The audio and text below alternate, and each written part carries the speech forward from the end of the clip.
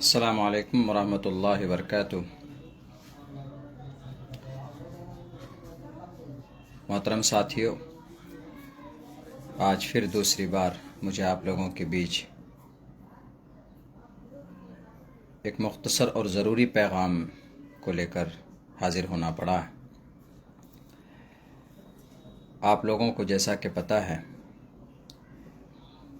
कि मैंने AIMIM से इस्तीफ़ा दे दिया है।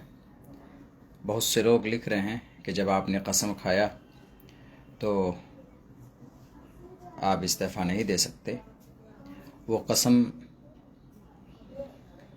मेंबरान के लिए था जो पार्टी का चूँकि पहली लाइन में है कि मैं AIMIM का बाज़ाब्ता बाकायदा रुकन हूँ, उनके लिए वो कसम है। वरना फिर पूरी ज़िंदगी आदमी कसम में बंध जाता। अगर उसमें ये लिखा हुआ होता कि मैं अपनी ज़िंदगी में, अपनी लाइफ में कभी भी पार्टी की इस तरह का कोई लफ्ज़ नहीं था, इसीलिए यह गलतफ़हमी आप सब जहन से निकाल दें। बहुत सारे साथी सलाम पेश कर रहे हैं, मैं सबको जवाब दे रहा हूँ, वालेकुम अस्सलाम, लेकिन मेरी बात ज़रा गौर से सुने। दूसरी बात यह है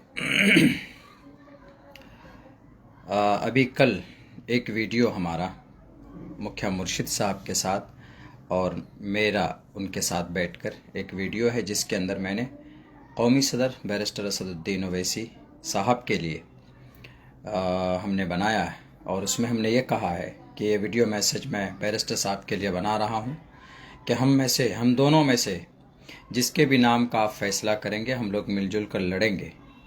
ये आपको उसमें दिखाया गया, बाकी मेरा वीडियो दिखाया गया, मेरी बात दिखाई गई, मुखिया मुर्शिद साहब की बात नहीं दिखाई गई, उनकी आवाज़ आपको नहीं सुनाई गई।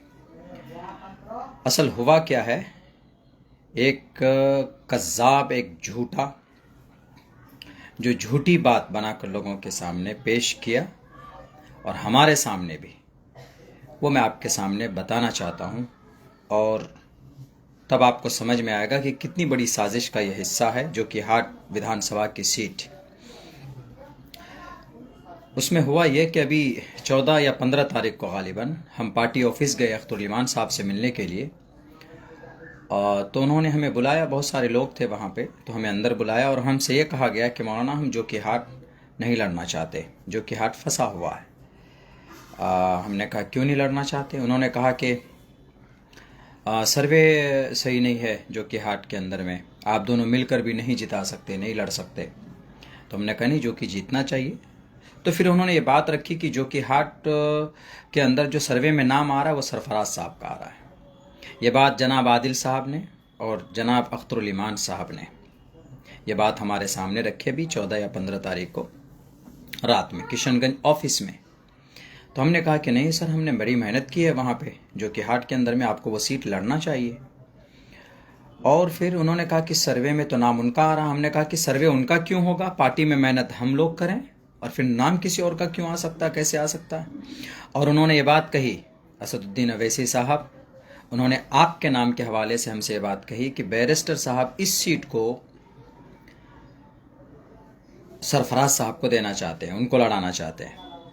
हमने कहा कि ये तो बिल्कुल गलत बात है। जब हम वहाँ पर 2 कैंडिडेट मौजूद हैं, आप हम दोनों में से किसी एक के नाम का फैसला कर सकते हैं। मैंने ये बात इसलिए कही चूँकि सामने में किसी और को टिकट जा रहा था। उन्होंने कहा कि नहीं, वो उनको लड़ाना चाहते हैं। हमने कहा कि आप उस शख्स को लड़ाना चाहते हैं जिसके भाई ने आपकी कमर की हड्डी तोड़ी है, 3 विधायक को लेकर गए, आपको होश लेना चाहिए और फिर आप उनके भाई की बात कर रहे हैं।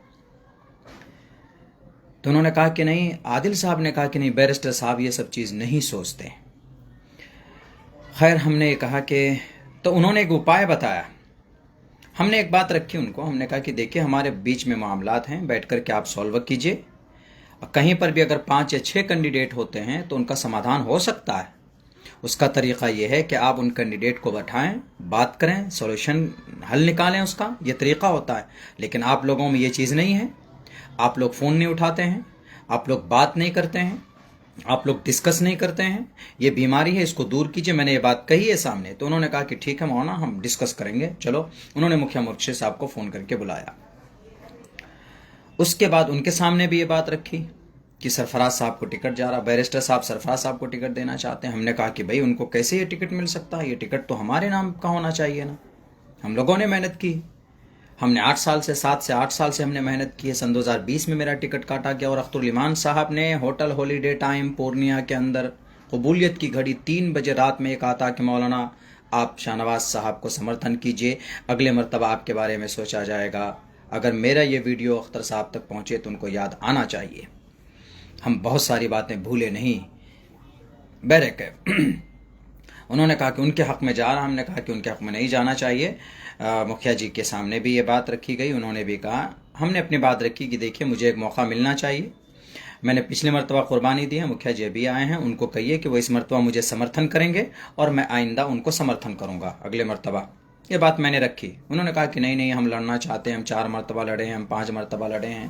बहरकैफ तो उसके बाद फिर ये बात आई कि ये टिकट तो सरफराज को जा रहा है। तो आदिल साहब और इश्तियाक साहब थे, ये दूसरी मीटिंग थी, उसी रात में अख्तरुल इमान साहब चले गए थे। उन्होंने कहा कि मौलाना एक रास्ता है, ये टिकट वापस कैसे आ सकता है सरफराज साहब से, ये आदिल साहब बोल रहे हैं। हमने कहा कैसे आ सकता है? कहा कि आप लोग एक वीडियो बनाइए सदर साहब के नाम पर, अवैसी साहब के नाम पर, तो हम ये वीडियो दिखाएंगे, तब वो आपको टिकट वापस करेंगे। मरता क्या ना करता। हमने कहा कि भाई किसी तरह हमें टिकट वापस लाना है। हमने कहा बिल्कुल हम लोग तैयार हैं, बोलिए क्या बोलना है।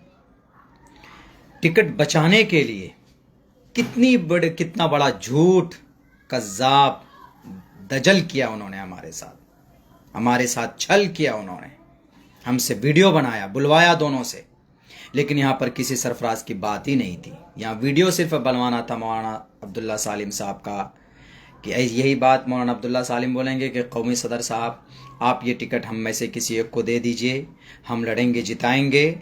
ये वीडियो बनाना था बैरिस्टर साहब के नाम पर, और हमें यह बताया गया कि ये टिकट आप किसी और को जा रहा है, आप वीडियो बनाइएगा तो बैरिस्टर साहब टिकट वापस कर देंगे आपको, सरफराज को नहीं देंगे।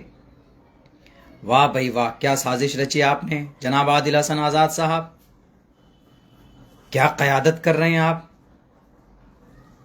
एक आलिम दीन बेचारा जो दिलो जान से लगा हुआ है, उनके साथ छल किया आपने, झूठ बोला उनके साथ आपने। कभी भी मैंने पार्टी के ताल्लुक से, आप लोगों के ताल्लुक से कोई छल, कोई कपट नहीं रखा है। जब भी कोई बात हुई तो आपके मैसेज के ज़रिए से, फ़ोन के ज़रिए से आपके सामने हमने पेश की। क्या वजह थी आखिर? साजिश में डालकर पहले कसम खिलवाया गया, और कसम की साजिशें जहां तक मैं जानता हूं कि मेरी वजह से वो निज़ाम तय किया आपने, और फिर वीडियो बनाया आपने झूठ बोल करके अख्तरुल सदर साहब, अवैसी साहब सरफराज को टिकट दे रहे हैं, उनके लिए फैसला कर लिया ताकि मौलाना टिकट बनाएंगे, ये वीडियो बनाएंगे, दोनों का वीडियो बन जाएगा और मौलाना आइंदा हम बड़ी आसानी के साथ में मुर्शिद मुखिया को दे देंगे, और उसके बाद मौलाना बोलेगा तो ये मौलाना का वीडियो रिलीज कर देंगे जो आपने किया है कल। लेकिन ये नहीं बताया आपने कि कितने सारे झूठ का सहारा लेकर वो वीडियो आपने बनाया। आदिल हसन आज़ाद साहब, आपको बलरामपुर के लोग और वहां बारसोई के लोग आपसे सवाल करेंगे, दीजिए जवाब इन बातों का। वो जो वीडियो आप चला रहे हैं 1.5 मिनट का, उस वीडियो की पूरी हकीकत लोगों के सामने रखिए, किस साजिश के तहत और कितना डर दिखाकर गोया कि आपने सर पर कनपट्टी पर मेरी बंदूक रखी, और उसके बाद ये कहा कि ये तुम बोलो नहीं तो तुम्हारी गोलियों से तुम्हारा सर उड़ा दिया जाएगा। ऐसा ही नहीं है, ये फ्रॉड करते हैं, झूठ बोलते हैं। मेरे दिल में जब कोई छल कपट नहीं है, 1.5-2 महीना पहले से मैं कह रहा हूं कि मुझे अगर देना है तो दे दीजिए, वरना मैं चला जाऊंगा, मैं अपना रास्ता देख लूंगा, मुझे आप इतना टॉर्चर मत कीजिए। मैं बहुत ज्यादा सियासी आदमी नहीं हूं, मेरे दिल में आप लोगों के ताल्लुक से कभी कुछ नहीं रहा। आप लोगों ने कहा कि मौलाना आप जितने भी कैंडिडेट हैं वो आएंगे, बैरिस्टर साहब के लिए कारवान इंसाफ को कामयाब करना है। पहले दिन भी मैं लगा रहा, 16 गाड़ियों से गया मैं, 50 लोग गए साथ में, सब लोगों ने मेहनत की, हमने भी उसमें मेहनत की। बताइए कहां पर अब्दुल्ला सालिम खड़ा नहीं उतरा? राना रंजीत साहब अभी कुछ ही दिन हुए हैं, उनको बड़ी इज्जत और सम्मान दिया आपने, बहुत अच्छी बात है, देना चाहिए। उनके टिकट का ऐलान कर दिया, उनके कंपेनिंग में नाचिस गया है।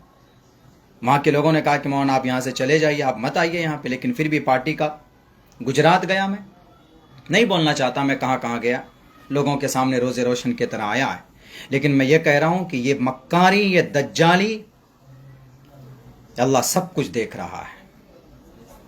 हाँ ठीक है, मैंने कही ये बात कि हाँ हम में से किसी को दे दीजिए ये टिकट, सिर्फ इसलिए आपने डराया कि ये टिकट जा रहा है सरफराज को। हम बोले ज़रूर हैं, लेकिन मुझे कभी उम्मीद थी कि हम में से किसी एक को मुझे मिलेगा टिकट। मैं यही सोच रहा था, और आइंदा साल के लिए आप मुखिया साहब को वो करेंगे। मैं ये नहीं, मैं उनके मुखालिफ नहीं मुखिया जी के, लेकिन यह कि उनको टाइम मिलना चाहिए काम करने का, 5 साल तक काम करे वो, उनको टिकट देते आप। और जो कि हार्ट के अंदर ये सीट मैं आपको निकाल के दिखाता। बहरे कैफ ये क़यादत नहीं है। अख्तरुल ईमान साहब, आदिल साहब, मैं किसी के ख़िलाफ़ कुछ नहीं बोल रहा हूँ, बस मैंने अपने ज़िम्मेदारी से इस्तीफ़ा दिया है। लेकिन कौम की क़यादत खड़ी करने के लिए आप चले थे, लेकिन सिर्फ टिकट बांटने के लिए आप में इसमें नाकाम साबित हुए हैं। जब आप एक अदना सा टिकट बांटने में आपकी क़यादत बाकी नहीं रही, तो आप कौम के लिए इतने बड़े मसाइल, ज़मीनी मसाइल, मिली मसाइल, समाजी मसाइल, तामीर और तरक्की की क़यादत कैसे कर पाएंगे? उलमा को पसंद नहीं करते हैं आप, उलमा से नफ़रत है, अदावत है आपको।